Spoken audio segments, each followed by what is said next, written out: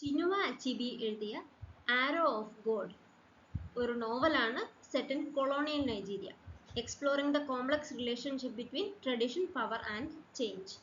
Tradition, power, change എന്നീ മൂന്ന് factors തമ്മിലുള്ള ഒരു കോംപ്ലക്സ് റിലേഷൻഷിപ്പിനെ എക്സ്പ്ലോർ ചെയ്യുന്ന ഒരു വർക്കാണ് ചിനുവ അച്ചിബിയുടെ ആരോ ഓഫ് ഗോഡ്. ഈ ഒരു സ്റ്റോറിയിലൂടെ ചിനുവ അച്ചിബി പോർട്രേ ചെയ്യുന്നത് the life of a chief priest and his community.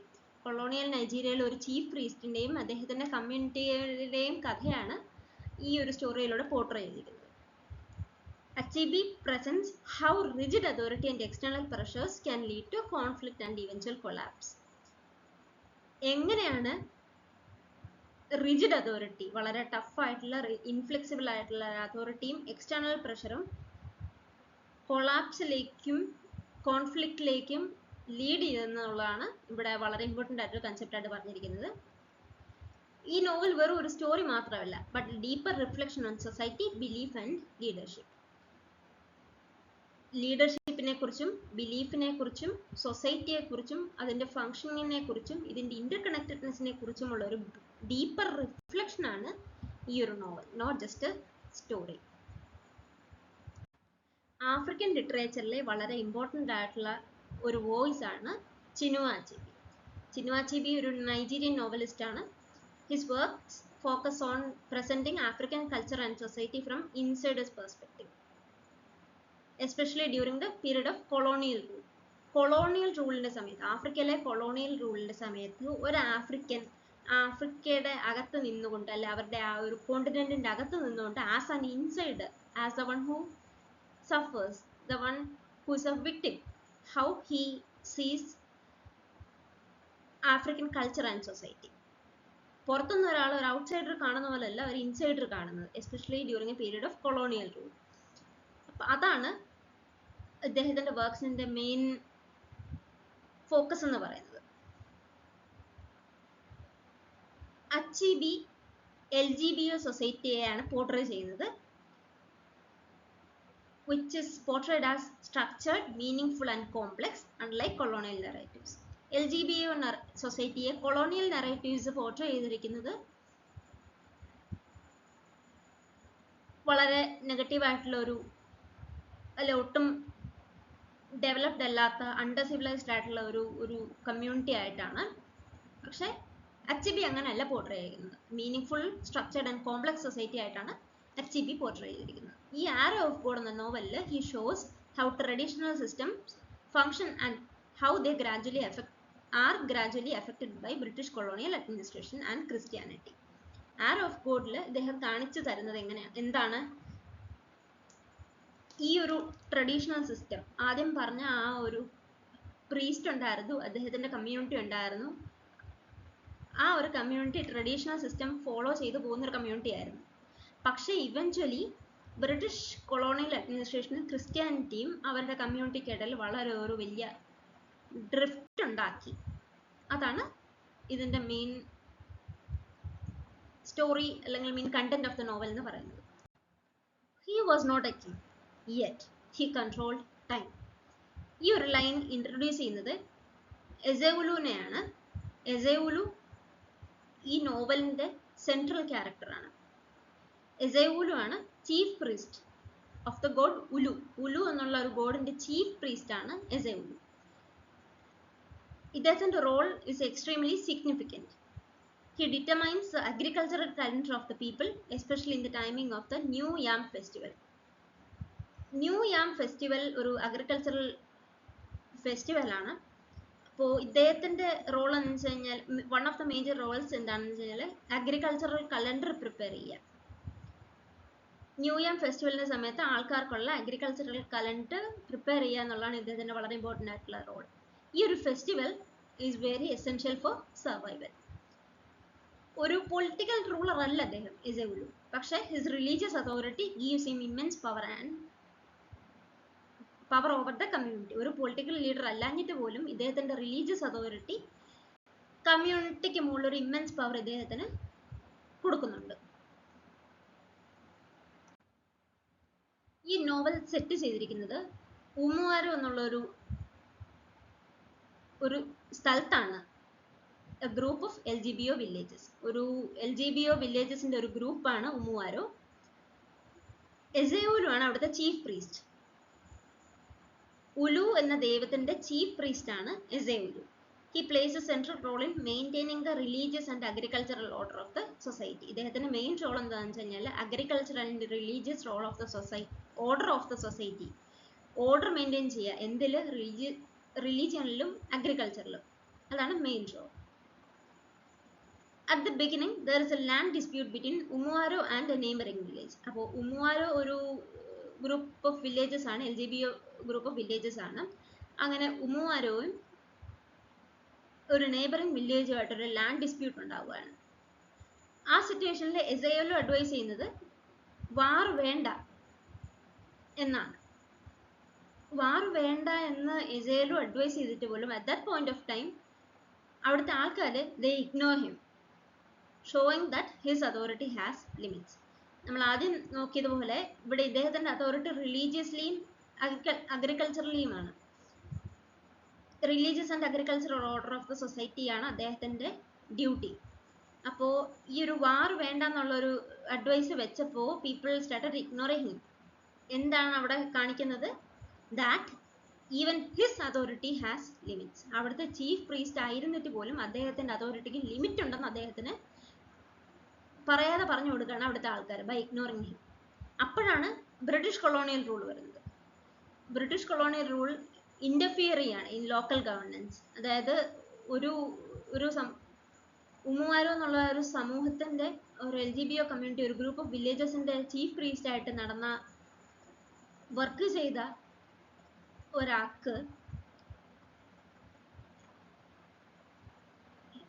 he couldn't cooperate with the British officer and as a result he is arrested and imprisoned. അപ്പോൾ British colonial rule ഈ ഒരു ഇതിലേക്ക് കടന്നു വരുവാണ്. ഇപ്പൊ എസെയൂലിന്റെ power അത് limit ചെയ്യാണ്. he has no power actually. ഈ ബ്രിട്ടീഷ് ഗവൺമെന്റിന്റെ കീഴിൽ എസെയൂലിന് പവർ ഇല്ല. so he refuses to cooperate with the British officer. അങ്ങനെ as a result he is arrested and imprisoned. ഈ ഒരു ഇംപ്രിസൺമെന്റിന്റെ ഇടയ്ക്ക് he is unable to perform the ritual of eating the sacred yams. അപ്പൊ നമ്മൾ ആദ്യം പറഞ്ഞു ഒരു ഫെസ്റ്റിവൽ ഉണ്ട്, ന്യൂ യാം ഫെസ്റ്റിവൽ. വളരെ ഇമ്പോർട്ടൻ്റ് ആയിട്ടുള്ള അഗ്രികൾച്ചറൽ ഫെസ്റ്റിവൽ ആണ്, ഇമ്പോർട്ടൻറ്റ് ഫോർ സസ്റ്റനൻസ്. അപ്പൊ ആ ഒരു റിച്വൽ, ആ ഒരു ഫെസ്റ്റിവലിലുള്ള റിച്വൽ ആണ് ഈറ്റിംഗ് ദ സേക്രഡ് യാംസ്. അത് ചെയ്യേണ്ടത് ചീഫ് പ്രീസ്റ്റ് ആണ്.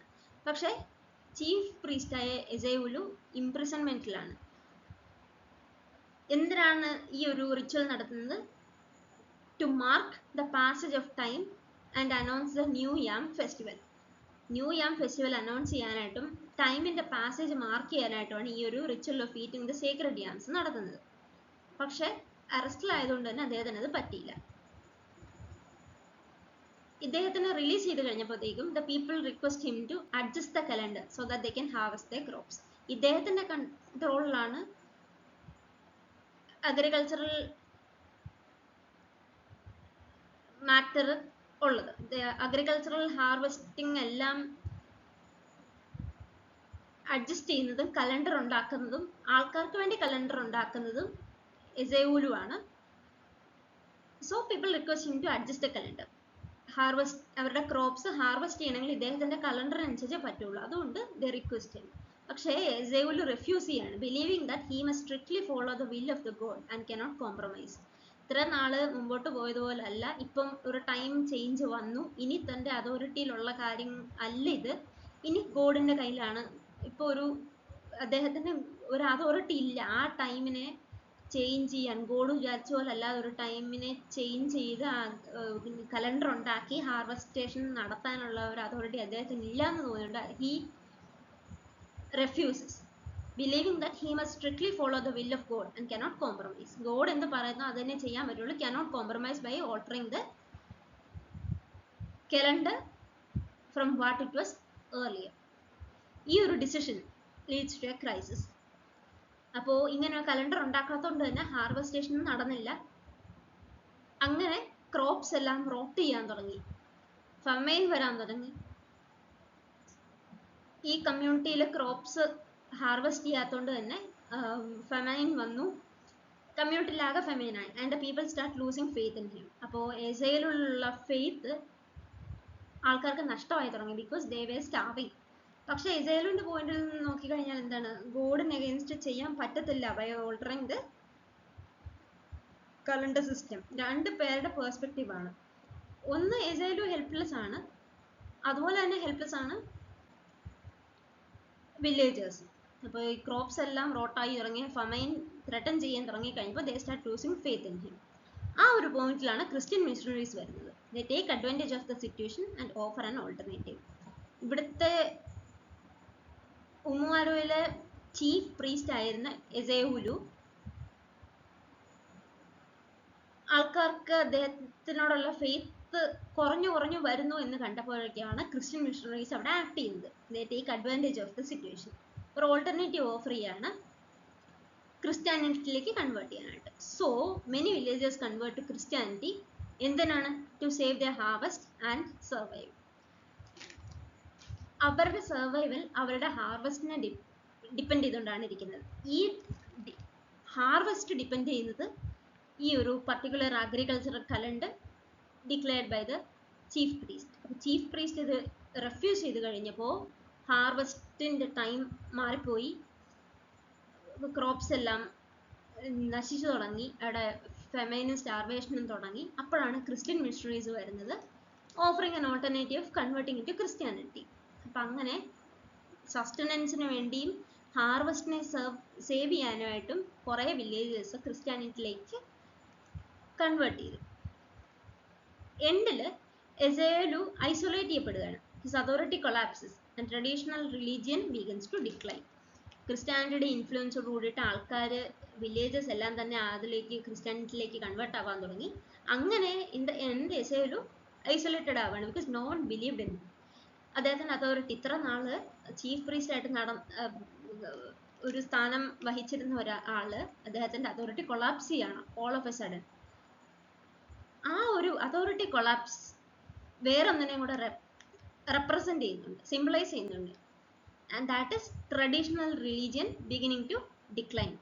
ഇത്ര നാൾ ട്രഡീഷണൽ റിലീജിയനിൽ, അവരുടെ ഉമ്മുവാരോയിലെ ട്രഡീഷണൽ റിലീജിയനെയാണ് അവർ വിശ്വസിച്ചുകൊണ്ടിരുന്നത്. ഉലു ആയിരുന്നു അവരുടെ മെയിൻ ദൈവം എന്ന് പറയുന്നത്. എസേഹുലു ആയിരുന്നു അവിടുത്തെ chief priest.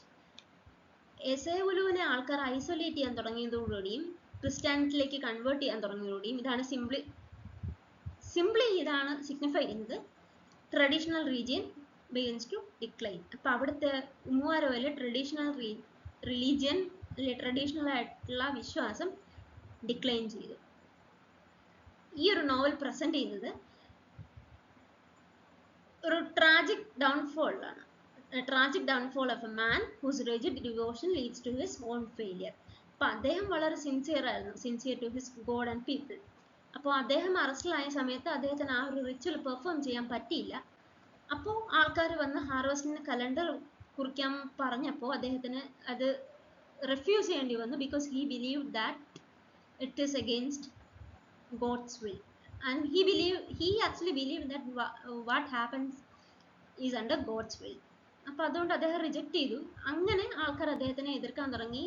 Because of the situation, starvation വന്നു, ഹാർവസ്റ്റ് നടക്കാതെ വന്നപ്പോൾ ക്രിസ്ത്യാനിറ്റി ബ്രിട്ടീഷ് മിഷണറീസ് വന്നു, ക്രിസ്ത്യാനിറ്റിയിലേക്ക് ആൾക്കാരെ കൺവേർട്ട് ചെയ്തു. അങ്ങനെ ഇദ്ദേഹം ഐസൊലേറ്റഡ് ആയിപ്പോയി. So this is a tragic downfall of a man whose rigid devotion leads to his own failure.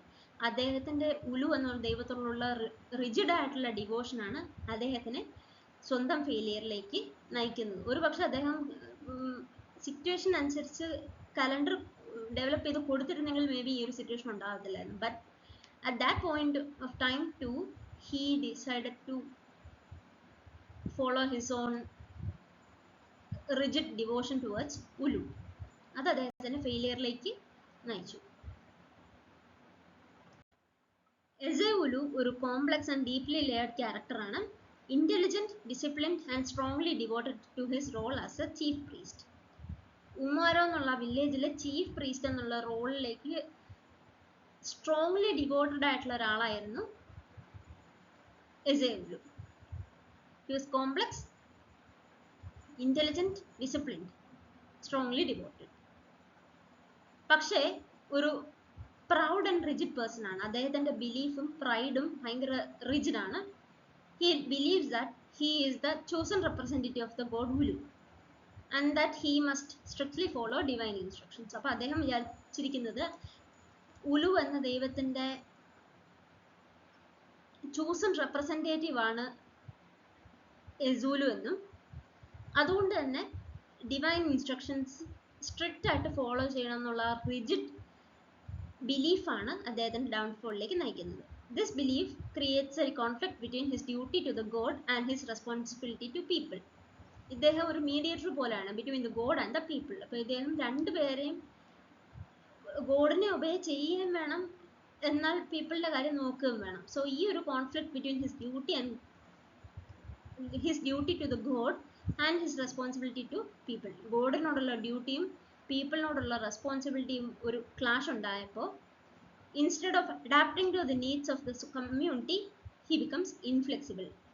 അപ്പോൾ കമ്മ്യൂണിറ്റിക്ക് അവിടെ ആവശ്യം ഹാർവെസ്റ്റേഷൻ ഒരു കലണ്ടർ ഉണ്ടാക്കുക എന്നുള്ളതായിരുന്നു, അല്ലെ അവരുടെ ലൈഫ് സസ്റ്റെയിൻ ചെയ്യാൻ പറ്റത്തില്ല. സോ ആ ഒരു നീഡിനെ അഡാപ്റ്റ് ചെയ്യുന്നതിന് പകരം he became inflexible, decided not to prepare the calendar because he thinks that this is a divine will. അതാണ് അദ്ദേഹത്തിന്റെ ഇതിലേക്ക് ഡിസ്ട്രക്ഷനിലേക്ക് നയിക്കുന്നത്. സൊസൈറ്റിയുടെ കമ്മ്യൂണിറ്റിയുടെ ആൾക്കാരുടെ കൂടെ നിൽക്കുന്നതിന് പകരം ഗോഡിൽ സ്ട്രിക്ട്ലി ബിലീവ് ചെയ്തുകൊണ്ട് നിന്നപ്പോൾ അധികം ആകെ പ്രശ്നമായി. അതൊരു ബിലീഫിന്റെ കോൺഫ്ലിക്റ്റ് ആണ്. അതിന്റെ ഒരു റിസൾട്ടായിട്ട് എസൂലു ട്രാജിക് ക്യാരക്ടറായിട്ടാണ് മാറുന്നത്. Whose pride and rigidity ultimately reach to his downfall. ഇദ്ദേഹത്തിന്റെ ഡൗൺഫോളിന്റെ റീസൺ എന്താണ്? Pride and rigidity in belief.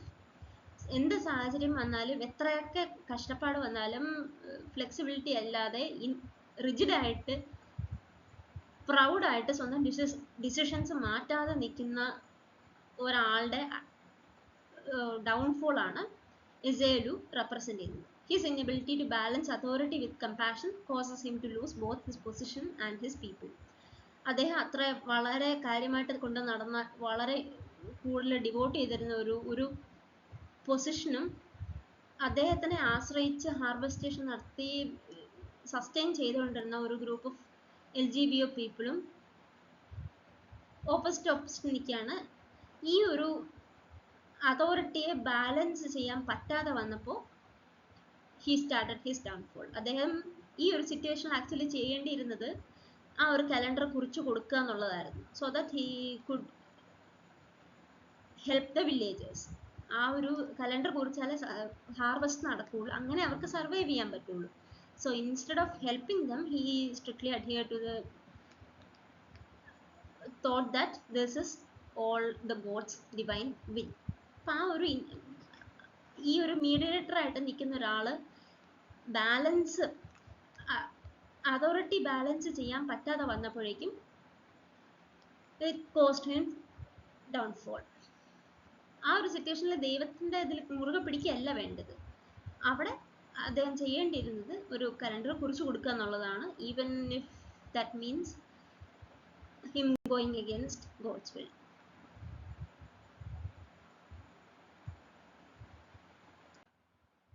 Several important themes explore ചെയ്യുന്നുണ്ട് ആരോ ഓഫ് ഗോഡ് എന്നുള്ള ഈ novel. First major theme is the conflict between tradition and change. On one hand, indigenous beliefs and traditions. On the other hand, colonial rule and Christianity. അപ്പോൾ ഇവിടെ ഒരു clash ഉണ്ടാവുകയാണ്, tradition and change. ഇവിടെ change എന്ന് ഉദ്ദേശിക്കുന്നത് ക്രിസ്ത്യാനിറ്റിയെയും മിഷണറീസിനെയാണ്, and also British. Tradition എന്ന് പറയുമ്പോൾ indigenous culture and believes.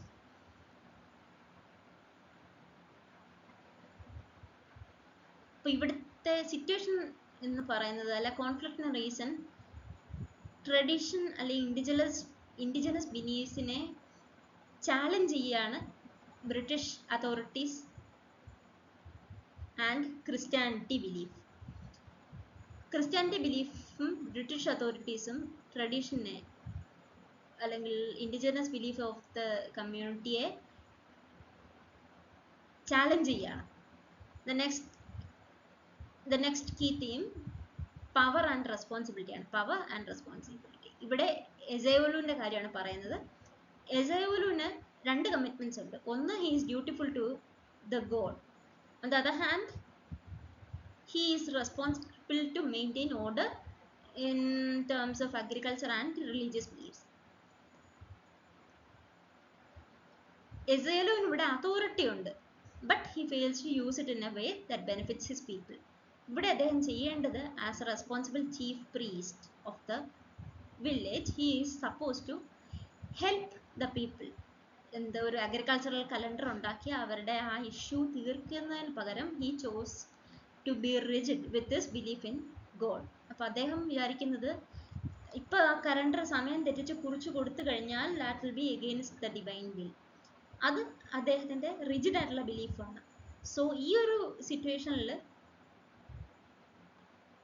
ഇദ്ദേഹം ആക്ച്വലി ചെയ്യേണ്ടിയിരുന്നത് റെസ്പോൺസിബിലിറ്റി മെയിൻറ്റെയിൻ ചെയ്യാന്നുള്ളതായിരുന്നു. അല്ലാതെ പവറിനെയോ റിജിഡ് ബിലീഫിനെയോ ഫോക്കസ് ചെയ്തുകൊണ്ട് പോവാന്നുള്ളതല്ല. അവിടെ ഗോഡിനും പീപ്പിളിനും ഈക്വൽ ഇമ്പോർട്ടൻസ് ഉണ്ട്. ഗോഡിനെ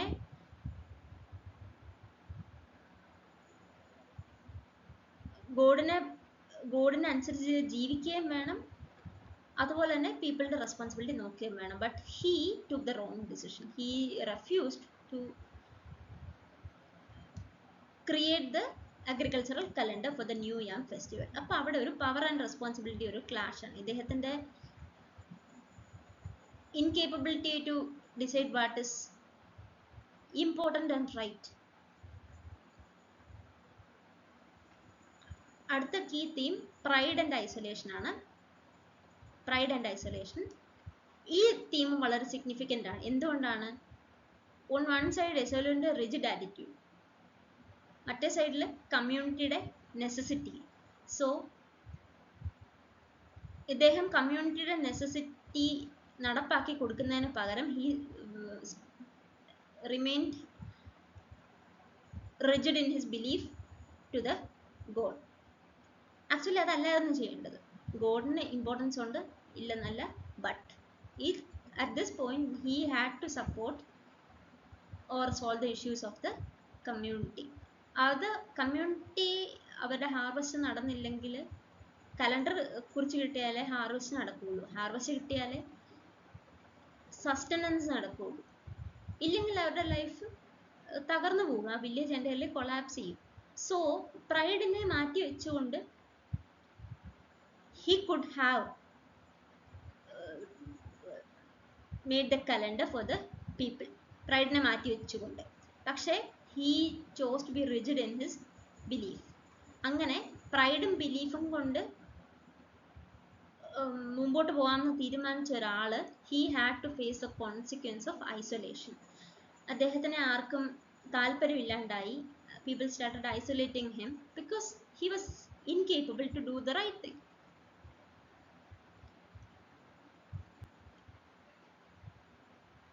അങ്ങനെയാണ് എസേലുവിന്റെ റിജിഡ് ആറ്റിറ്റ്യൂഡ് അദ്ദേഹത്തെ കമ്മ്യൂണിറ്റിയിൽ നിന്നും ഗ്രാജുവലി സെപ്പറേറ്റ് ചെയ്യുന്നത്. Arrow of power.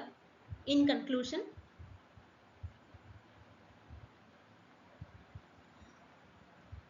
presents a powerful portrayal of how authority, when combined with rigidity, can lead not only to personal downfall but also to the disintegration of entire community. ഇപ്പോൾ കൺക്ലൂഷനിൽ ആരോ of God present ചെയ്യുകയാണ്. എന്ത്? ഒരു powerful portrayal ആണ്. എങ്ങനെ? How authority when combined with rigidity can lead to consequences. റിജിഡിറ്റിയും അതോറിറ്റിയും കൂടെ combine ചെയ്ത് കഴിയുമ്പോൾ that will definitely have consequences. Rigidity plus authority leads to consequence and it's inevitable. അപ്പോൾ ഇവിടെ ഒരു അതോറിറ്റിയാണ് നമുക്കിവിടെ മേജർ സബ്ജക്റ്റ് എന്ന് പറയുന്നത്. Authority when combined with rigidity can lead to downfall. Authority തന്നെ റിജിഡ് ആയി കഴിഞ്ഞാൽ കോമൺ പീപ്പിളിന്റെ കാര്യം വളരെ കഷ്ടമാവും. So this leads to the personal and social disintegration. അപ്പോൾ ഇദ്ദേഹത്തിൻ്റെ ഈ ഒരു റിജിഡ് ആയിട്ടുള്ള belief system led not only to personal downfall but also to the disintegration of an entire community. ഒരു powerful പോർട്രയലാണ് of how authority when combined with rigidity leads to consequences like personal downfall and also the disintegration of an entire community. അദ്ദേഹം ആ decision ഒന്നുകൂടെ ചിന്തിച്ചെടുത്തിരുന്നെങ്കിൽ may be അദ്ദേഹത്തിന് isolation അനുഭവിക്കേണ്ടി വരില്ല, ഈ ഒരു entire കമ്മ്യൂണിറ്റിയുടെ ഡിസിൻറ്റഗ്രേഷനും വഴി ഉണ്ടാവത്തില്ലായിരുന്നു. ഈ തീംസ് നമ്മളെ കാണിച്ചു തരുന്നത് how rigid power and colonial pressure can lead to collapse. One side rigid power ആണ് എസേവുലുണ്ട്, on the other side colonial പ്രഷറാണ്. അപ്പോൾ അതിനിടയ്ക്ക് പെട്ടുപോകുന്നത് പീപ്പിളാണ്, സാധാരണക്കാരാണ്. And they were forced to convert to Christianity so that they could sustain.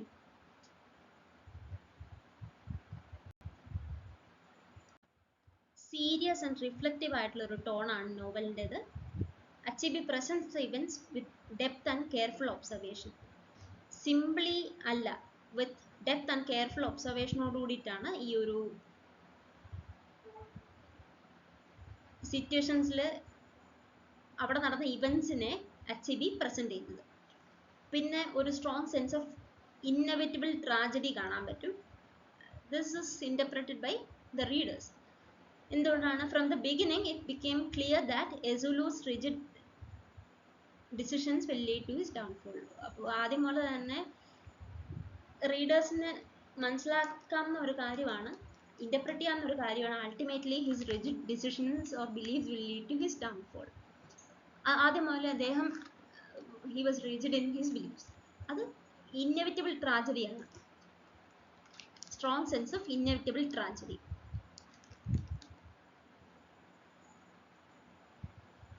At the same time, ഈ tone, ഈ നോവലിൻ്റെ ടോൺ റിയലിസ്റ്റിക് ആൻഡ് ബാലൻസ്ഡും കൂടിയാണ്. Realistic and balanced because Achebe does not exaggerate events. പക്ഷേ അതിന് എങ്ങനെയാണ് പ്രസൻറ്റ് ചെയ്യുന്നത്? He presents them in a calm and controlled manner. Calm and controlled manor ആയിട്ടാണ് ഈവൻറ്റ്സിനെ പ്രസൻറ്റ് ചെയ്യുന്നത്. So this is the tone is realistic and balanced.